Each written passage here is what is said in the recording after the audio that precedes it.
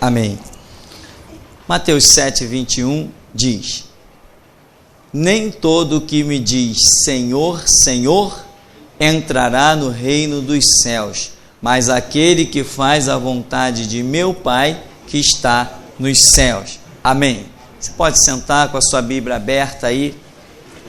Esta é a passagem impressionante. Irmãos, tem coisas na Bíblia que você não consegue explicar. Você consegue entender. Porque tem coisas que elas se discernem espiritualmente. Paulo fala muito sobre isso, amém? Paulo fala muito sobre isso, sobre coisas que se discernem espiritualmente. Então, aonde que você vai entender todas as coisas? Na intimidade do teu quarto, pela ministração do Espírito Santo ao seu espírito. Vem aquele entendimento a você que ele é de dentro para fora, porque o Espírito Santo ele fala ao seu espírito. Então, você se apercebe, mas nem sempre aquilo que você se apercebe espiritualmente, você conseguirá colocar em palavras naturais, para que outros também entendam com facilidade. Outro dia me perguntavam sobre por que eu não coloquei o significado de certos números na apostila, como o número 15, 16, 17, 18, 19. Esses números têm significado. E eu dei exatamente essa resposta. Eu falei, porque eu entendo, mas não consigo explicar. Eu sei o significado desses números, mas eu não consigo fazer com que as pessoas entendam exatamente aquilo que eu entendo. Com a graça de Deus a gente consegue falar uma coisinha aqui, uma coisinha ali, mas o que está dentro do meu espírito sobre o significado desses números, até hoje eu não consegui explicá-los detalhadamente a ninguém. Por isso eu prefiro até deixar fora, nem escrever nada a respeito deles. Entende? Então, aqui, o que Jesus está dizendo? Nem todo que me diz Senhor, Senhor entrará no reino dos céus. Ora, mas se nós pararmos para pensar, e eu te aconselho fazer isso, pois o Salmo número 1 diz que bem-aventurado que medita de dia e de noite. Deixa eu te adiantar uma coisa, meu irmão, se você não é uma pessoa que para meditar na Escritura, você jamais receberá a revelação como deveria receber. A Bíblia diz que perante ele todo joelho se dobrará e toda língua confessará que Jesus Cristo é o Senhor. Então alguém vai chegar diante de Jesus exatamente como ele falou, como a Bíblia diz, Senhor, Senhor. Ora, ele disse, a Escritura diz, todo joelho se dobrará e toda língua confessará que Jesus Cristo é o Senhor. Mas não está dizendo que são os salvos que vão confessar isso. Está dizendo que todo joelho. Então, nesse todo, está incluído salvos e perdidos, condenados. Não é isso? É isso, porque a Bíblia diz todo. E diz, Senhor, Senhor. Quer dizer, essa expressão, então ela não flui somente dos lábios dos justos, flui também dos lábios de ímpio. Tem muita gente por aí dizendo Jesus Cristo é o Senhor, muita gente por aí dizendo glória a Deus, louvado seja Deus, mas essas expressões de louvor não estão chegando diante do trono de Deus. Nós vamos ver por que isso. Há uma palavra que é mencionada aqui, que nos dá a entender disso claramente. Então, nem todo que me diz Senhor, Senhor entrará no reino dos céus. Certa vez eu estava numa igreja e o pastor tinha um demônio lá, manifesto, e o pastor chegou com toda aquela autoridade e veemência: demônio, confessa que Jesus Cristo é o Senhor. O demônio olhou para ele e falou assim: Jesus Cristo é o Senhor. Qual o problema? Já não está escrito que todo joelho se dobrará e toda língua confessará que Jesus Cristo é o Senhor? E ele ficou impactado, ele levou um susto, acabou a autoridade do homem. Acabou. Ele ficou desolado. Eu chamei ele no canto e falei assim: pastor, a Bíblia diz que todo joelho se dobrará e toda língua confessará. O demônio confessar que Jesus é o Senhor, isso aí não quer dizer nada. Agora, o que a Bíblia diz é que o espírito das trevas não confessa que Jesus Cristo veio em carne. Amém? É isso que está escrito lá nas epístolas de João, numa delas no capítulo 4. O espírito do anticristo não confessa que Jesus Cristo veio em carne. Por quê? A sua vitória não está na manifestação simplesmente da divindade, mas está na questão em que a divindade, a segunda pessoa da Trindade, Jesus Cristo, se fez carne e habitou entre nós. É aí que está a sua vitória. E isto que o diabo não confessa, ele trava a língua, trava os dentes, que não confessa isso de jeito nenhum. Pulando, então, Senhor, Senhor, não adianta nada. E hoje nós vemos muitas pessoas, Jesus é o Senhor, mas ela é idólatra. Jesus é o Senhor, mas ela não conhece nada de Bíblia. Jesus é o Senhor, mas ela ainda está vivendo as doutrinas do Antigo Testamento. Jesus é o Senhor, mas não tem Senhor na vida dela. Aí diz: entrará no reino dos céus, mas aquele que faz a vontade de meu Pai que está nos céus. Irmão, qual é a vontade do Pai que está no céu? Este é o grande trunfo do Evangelho. Você quer ser um vencedor? Tem que descobrir qual é a vontade dele que está lá em cima. Senão você não vai ser um vencedor. Você quer ser isento das enfermidades? Tem que descobrir qual é a vontade dele. Entende? Você quer dominar Satanás mesmo? Tem que descobrir qual é a vontade dele. Você quer realmente receber a revelação, andar nas nuvens, triunfar com poder e glória? Tem que saber qual era a vontade do Pai que está no céu. Se você não souber isso, você não vai a parte alguma. Você tem que ter uma luta, uma guerra. Entende? Eu orava muito porque eu vi aquele versículo, Mateus 6,33, está escrito o que lá? Buscai primeiro reino de Deus e a sua justiça. As demais coisas serão acrescentadas. Não é que eu tivesse com o olho nas demais coisas, não. Mas Jesus disse: buscai primeiro o reino de Deus e a sua justiça. Eu falei: Senhor, me ensina. Eu passei um ano orando, só essa frase: Deus, me ensina a buscar o teu reino e a tua justiça em primeiro lugar. E passei um ano orando. Irmãos, hoje, as coisas materiais não significam nada para mim. E eu não tenho falta de nenhuma delas. Não tenho falta de nenhuma delas. Eu tenho as minhas necessidades supridas em tudo. Tudo. Eu não compro a roupa que eu não quero comprar. Eu não como a comida que eu não quiser comer. Você tem que descobrir qual é a vontade do Pai que está no céu. Você tem que buscar o reino e a justiça em primeiro lugar. E Jesus está dizendo assim: aquele que faz a vontade do meu Pai que está no céu. Aí ele diz: muitos me dirão naquele dia: Senhor, Senhor, não profetizamos nós em teu nome? Muitos chegarão diante de Jesus com este cartão postal: Senhor, oi Senhor, estamos aqui aí, ó. Lembra que nós profetizamos em teu nome? Lembra daquela profecia? Senhor, lembra de aquilo, daquilo outro, lembra? E outros dirão também: e em teu nome não expulsamos demônios. Senhor, lembra aquela legião que nós botamos para correr? Senhor, lembra daquele demônio endemoniado que nós dissemos sai, ele sai. Lembra? E ainda diz: e em teu nome não fizemos muitas maravilhas. Senhor, não lembra de tudo aquilo que nós fizemos?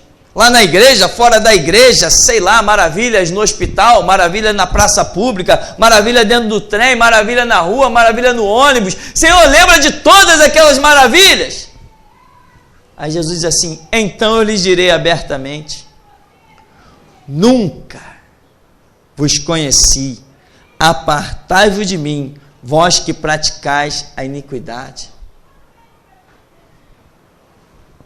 O apóstolo Paulo diz que nós temos a mente de...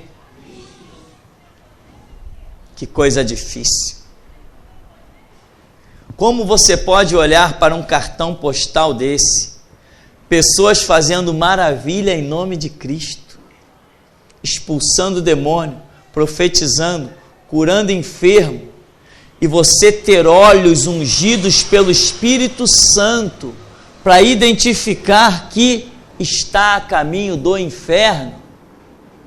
Não pode ser um crente normal, tem que ser um louco, senão não identifica. Você não consegue discernir. Um crente normal não consegue entender isso daqui. Quantas pessoas já disseram: não, lá na Universal tem Deus, eu vi o pastor expulsar demônio. Você deve ter ouvido isso, não deve ter ouvido? Não, irmão, igreja de poder é a igreja que manifesta demônio. Poder tem lá na Igreja Universal, tem no céu, porque todo culto cai uma pessoa endemoniada. Então lá é que tem poder de Deus. Ora, bem-aventurado o que medita de dia e de noite. Talvez eu não tenha condições de te explicar isso aqui, a não ser que a graça e misericórdia de Deus, que é transcendental, me capacite realmente de uma maneira transcendental. Mas uma coisa é que aqui está escrito. E Jesus usou uma expressão que ele diz o quê? Quando que eu não conheci? Nunca. Sabe o que é nunca? Em nenhum momento.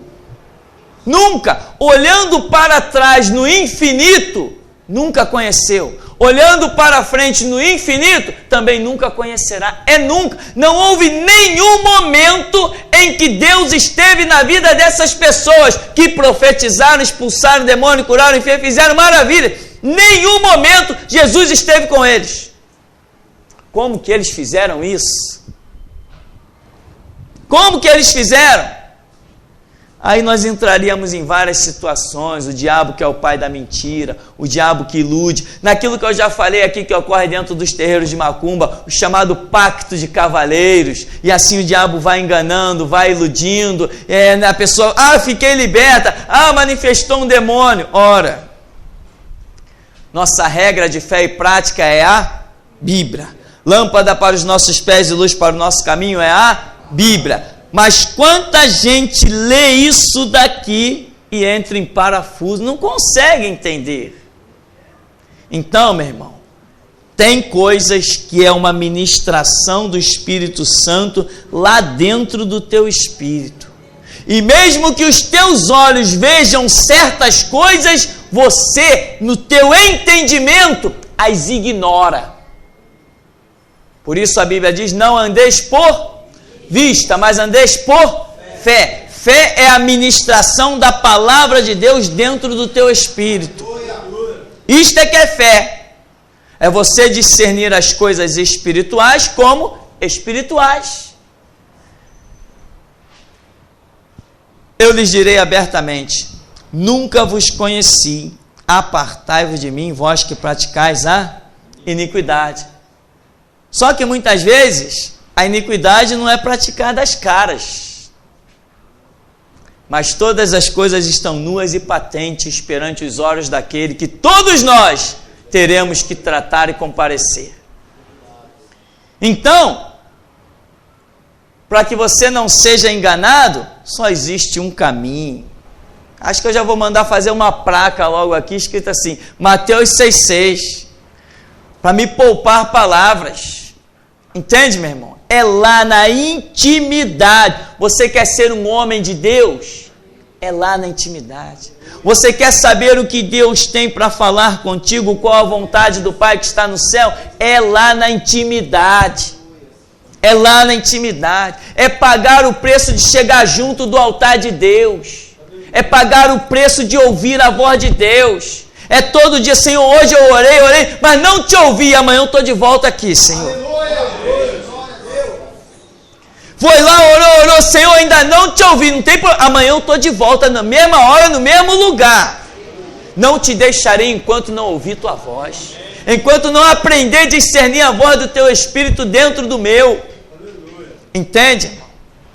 Porque depois Jesus vai dizer no verso 24, todo aquele, pois, que escuta estas minhas palavras e as pratica, assemelhá-lo-ei ao homem prudente que edificou sua casa sobre a rocha. O que é a casa?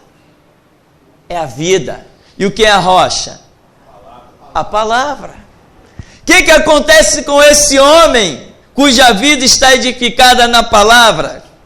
Diz o verso 25, desceu a chuva, correram rios, sopraram ventos, combateram aquela casa e não caiu, porque está edificada sobre a rocha, a minha palavra. Entende, meu irmão? Agora, ou seja, ele está falando, meu irmão, observa o mistério da palavra de Deus. Observa o mistério. No verso 23, parece que encerra-se uma questão, mas só que do verso 24 ao 27 está completamente ligada à questão de cima. Se você não discerne a questão de cima, a sua casa será edificada sobre a areia. Deus do céu, misericórdia. Meu irmão, Jesus está dizendo, o homem que escuta as minhas palavras, ele acabou de dizer uma coisa, lá no verso 21, 22, 23, ele disse alguma coisa, e no verso 24 ele está dizendo, aquele que escuta as minhas palavras, olha o ensinamento dele profundo e poderoso. Ele está dizendo que gente profetizando, expulsando demônios, sei lá, curando enfermos, fazendo maravilha, ele vai dizer, eu nunca conheci eles. Se você conhecer a intimidade do Espírito Santo e da revelação de Cristo, você também vai saber que eles não são conhecidos de Deus. Mas se você não tiver essa intimidade, você será um homem com a casa edificada sobre a areia. O que é aquele que confia, que recebe a revelação? Jesus está falando, vai descer tudo contra ele.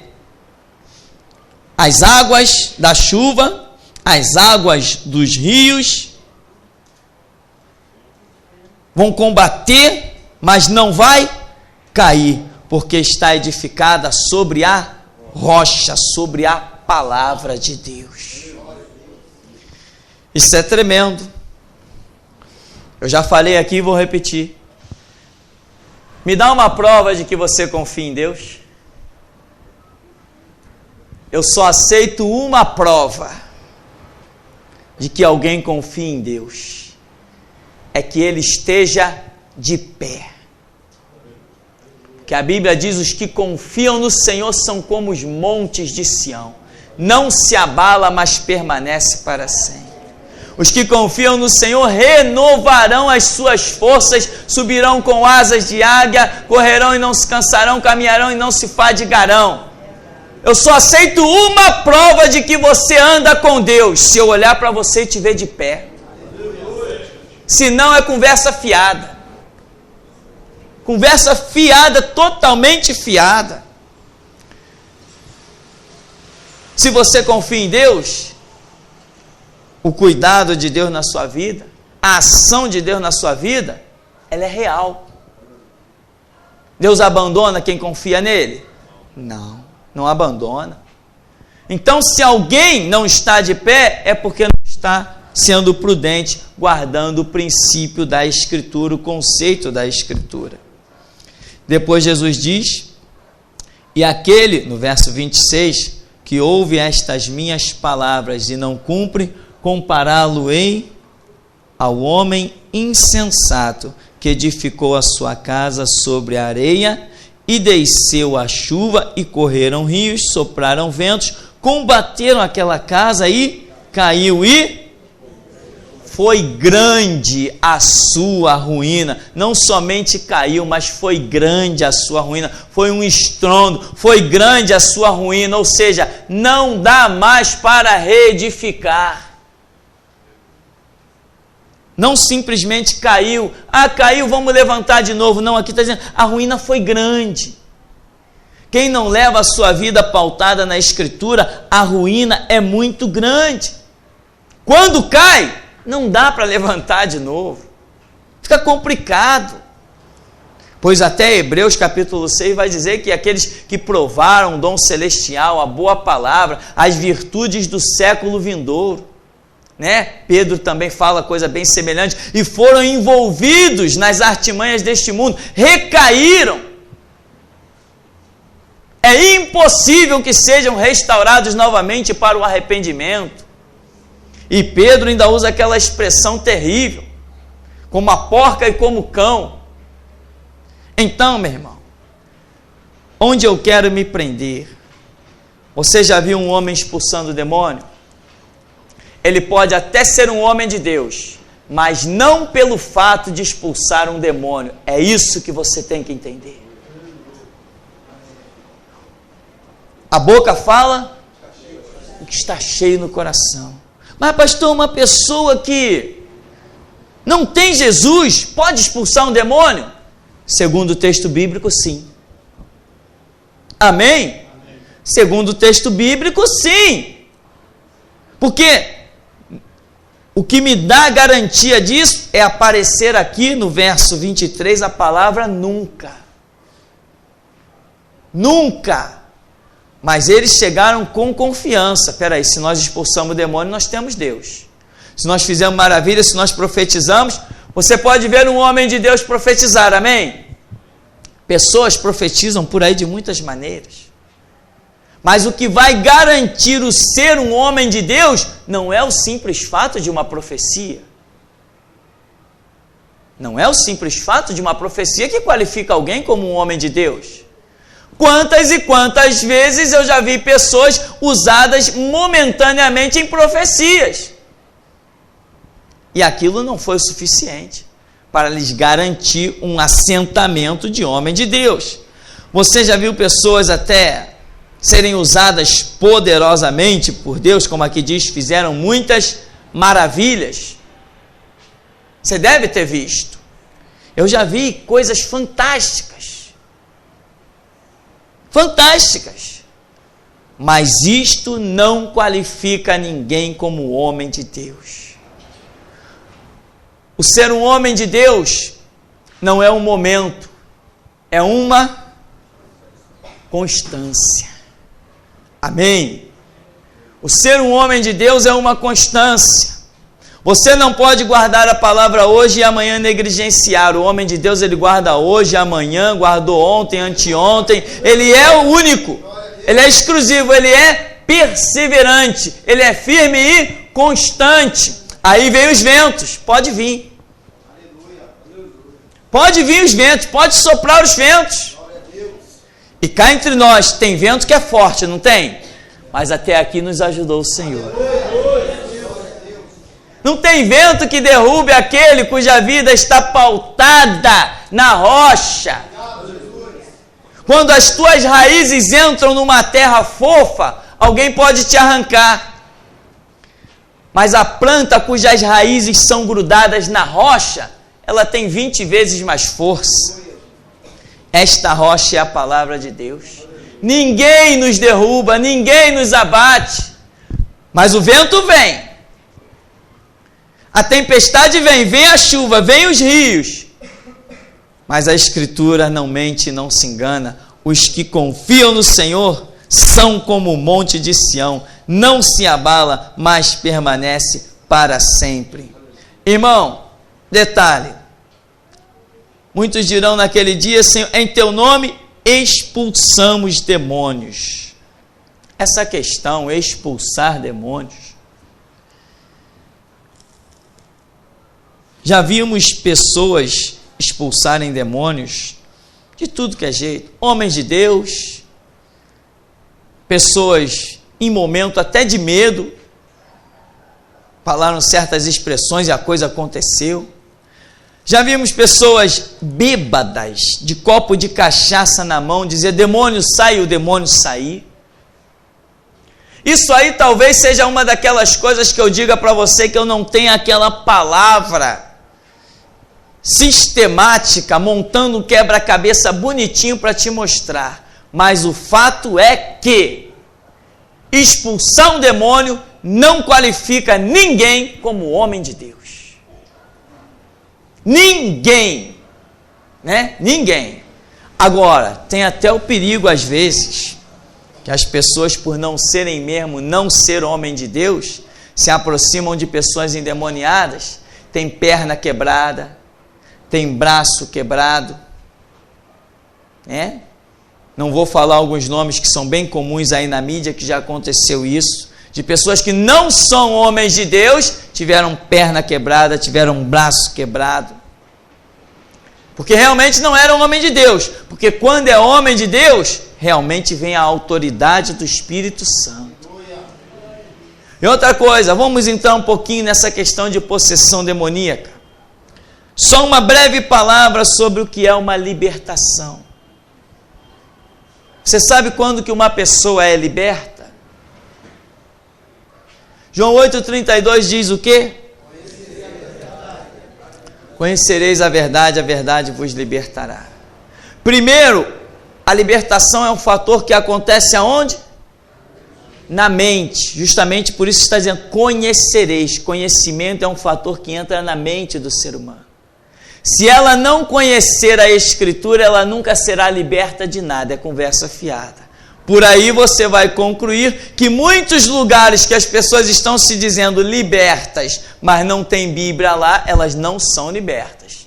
Estão vivendo uma ilusão. Estão vivendo possessas, como vários relatos que nós temos acompanhado por aí. Pessoas de anos em certas organizações que desprezam a Bíblia, elas acabam possessas. Agora, o que eu quero te falar. Dentro, mesmo aqui hoje, pode ter pessoas possessas por demônio. Mas pastor, eu estou na igreja. E daí? As portas não estão abertas? Ah, pastor, o seu ministério é fraco. É mesmo? Põe a prova. Não é? Põe a prova. Falar é uma coisa, põe a prova. A gente só sabe a realidade dos fatos quando a gente põe a prova. Tem que pôr a prova. E para pôr a prova tem que ter disposição e coragem. Porque a corda vai estourar mesmo do lado mais fraco. Então tem que pôr a prova. Ah, eu estou endemoniado, eu estou com problema, eu estou isso, eu estou aquilo. A igreja não resolve o meu problema. Nenhuma igreja resolve o problema de ninguém. Problema é resolvido aqui, ó. Na palavra de Deus. No conhecimento da verdade. Jesus falou que o homem, pois que escuta as minhas palavras e pratica, é prudente. Pode vir os ventos, seja pelo diabo, pode vir os mares, pode vir, ele vai ficar de pé sobre a rocha. Você está sobre a rocha? Então, meu irmão, o fato de ter pessoas endemoniadas, às vezes, não é culpa de igreja, porque cada um, diz a Bíblia, dará conta de si mesmo. Cada um tem a sua missão, cada um tem a sua responsabilidade, cada um é obrigado a ter a sua atitude perante Deus, cada um dará conta de si mesmo a Deus. A partir do momento que você sabe que a Bíblia é a palavra de Deus, a sua obrigação é ir para a Bíblia. Depois não adianta correr atrás de prejuízo. As coisas espirituais não dá tempo de correr atrás. Aqui, esse fator possessão, às vezes a pessoa acha que vai resolver o seu problema numa igreja. Vai rodar todas as igrejas da face da terra. Esse problema você só resolve no conhecimento, no entendimento, na palavra. Não adianta, durante a noite num culto, glória a Deus e aleluia, Jesus é bom, que maravilhoso. Mas durante o dia, a vida é um lixo, que não glorifica a Deus em nada. Durante a noite eu estou na igreja, e durante o dia? Estou em qualquer parte, menos na presença do Senhor.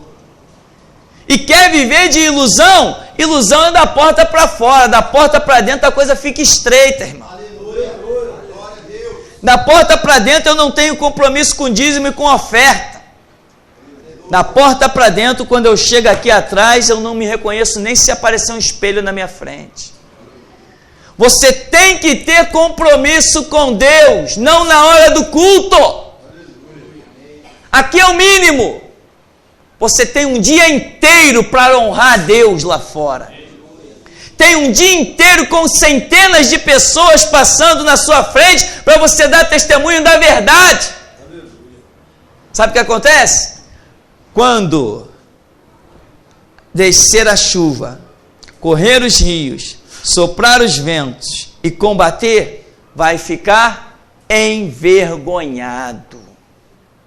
Vai ficar envergonhado. Porque Deus não se deixa escarnecer, de Deus não se zomba. Tudo que o homem semear, ele está dizendo que o que der ouvidos à sua palavra terá um caminho, o que não der terá outro caminho. Significa que todo mundo teve a mesma oportunidade.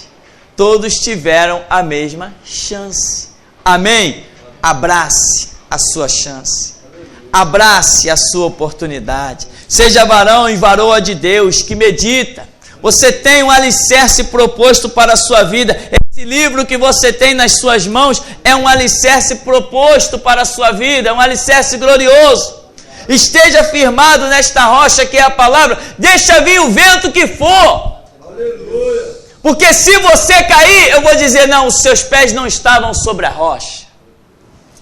Mas se você ficar de pé, todos verão que há Deus na tua vida. Aleluia. O mundo, meu irmão, precisa nos ver desafiar o diabo e ficar de pé. Nós somos sal da terra e nós não somos a luz máxima, mas somos reflexo da glória de Deus. O mundo quer ver a nossa vida de pé para ter confiança. Sabe que tem muita gente que tem vizinho macumbeiro, vizinho espírita, vizinho bruxo, feiticeiro. E esse vizinho, meu irmão, deixa eu dizer uma coisa para você. É mais fácil converter um satanista do que um ateu. É mais fácil, sabe por quê? O satanista, ele sabe da realidade do mundo espiritual. Você desafia o diabo, pisa na cabeça dele, acabou, o satanista amanhã está dentro da igreja. É fácil, moleza. Agora, só que tem crente que não está firmado na rocha, não desafia os ventos, não desafia as trevas. E o satanista, sabe o que ele faz? Ele tem medo de largar o diabo. Porque o diabo diz assim, se tu me deixar eu te mato. Se tu me deixar eu mato teu filho. Se tu me deixar eu tiro o que mais você ama. Meu irmão, está na hora de você se levantar e mostrar que há Deus na tua vida. Mostrar que você pode desafiar as trevas e ficar de pé. Diz para o teu vizinho satanista o seguinte, olha, diz lá o diabo a quem você serve, que ele não mate o teu filho não. Se ele tem poder, que ele venha matar o meu. O teu vizinho satanista vai passar e ver o teu filho brincando na rua todo dia, feliz da vida. E ele vai dizer verdadeiramente, há um Deus, e vai procurar. Tem que ser sal da terra, tem que ser luz do mundo. Mas não é brincando não. Não é culto de noite e oba-oba de dia nas esquinas não. 2000 anos desse evangelho aí, 2000 anos gente brincando, obreiros sendo massacrados, a igreja sendo envergonhada. É tempo de renovação e revolução. Restauração é para valente, não é para qualquer um.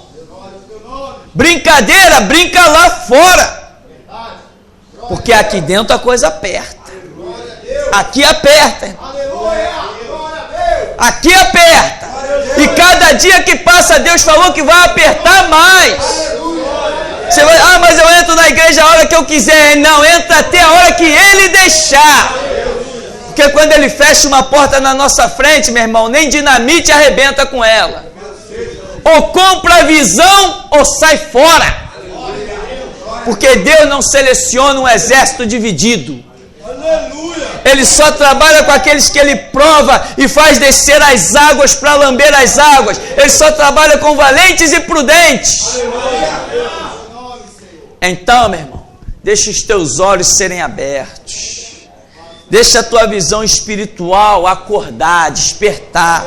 Pague o preço da Escritura. Tem coisas na Bíblia que você vai entender, não vai saber explicar, mas não tem problema, você vai andar naquilo que você já entendeu. E Deus vai honrar aquilo que Ele te revelou, mesmo que a tua sabedoria para o mundo seja loucura. Importa que Ele honre aquilo que Ele te revelar. Por isso, naquele grande dia, dirão: Senhor, Senhor, em Teu nome profetizamos, expulsamos demônios, fizemos maravilhas, e eu lhes direi: apartai-vos, nunca vos conheci. Mas aquele que for prudente ouvirá algo glorioso. Essa é a nossa luta. Essa é a luta daqueles que realmente acreditam no Evangelho. Aleluia. Um dia ouvi: vinde, bendito de meu Pai, possuir por herança o reino que vos está proposto desde antes da fundação do mundo. Vinde, bendito de meu Pai. Vinde, meu amigo, vinde, meu servo. Eu pude contar contigo naquela terra. Eu salvei através de você, eu libertei através de você, eu glorifiquei meu nome através de você, eu te exaltei na terra porque você me exaltou também, e aquele que me confessa diante dos homens, eu confesso diante do meu Pai que está nos céus. Vinde, bendito de meu Pai, possuir o reino. Ruas de ouro, mar de cristal, coroa de glória, contemplar anjos, arcanjos, querubins, os corais cantando e exaltando o nome do Senhor, uma sinfonia de milhares e milhares e milhares de vozes. Exaltado seja Deus, glória a Deus nas maiores alturas. Santo, santo, santo é o Senhor. Levantai, ó porta, as vossas cabeças, entrará o Rei da glória. O Senhor dos exércitos é o Rei da glória. Não podemos perder isso, irmão. Não podemos perder isso. Deus traçou um plano para você, para passar pela igreja e chegar ao céu. Não seja bobo. Não passe pela igreja e desça ao inferno. Os que estão aqui dentro, Deus traçou um plano de chegar no céu, não no inferno. Mas dia a dia, com a queda da igreja, muitos adentraram na igreja e baixaram ao inferno. Por isso, meu irmão, não esqueça dessa frase e medita nela, rumine, porque está escrito: muitos dirão Senhor, Senhor. Sabe o que é dizer Senhor, Senhor? Senhor é o absoluto, Senhor é o soberano, Senhor é o intocável, Senhor é aquele que manda, desmanda, ordena, Senhor é o tal, é o máximo, Senhor é o que Paulo diz, habita em luz inacessível. Dirão para ele, Senhor, Senhor, quer dizer, reconhecerão a glória dele, a majestade, e ele dirá, eu não conheço vocês. A porta do céu, não sei se a tradução está correta, está simplesmente escrito que a porta do céu é estreita. O certo seria 1000 vezes estreita. Amém, querido? Senhor nos abençoe em nome de Jesus.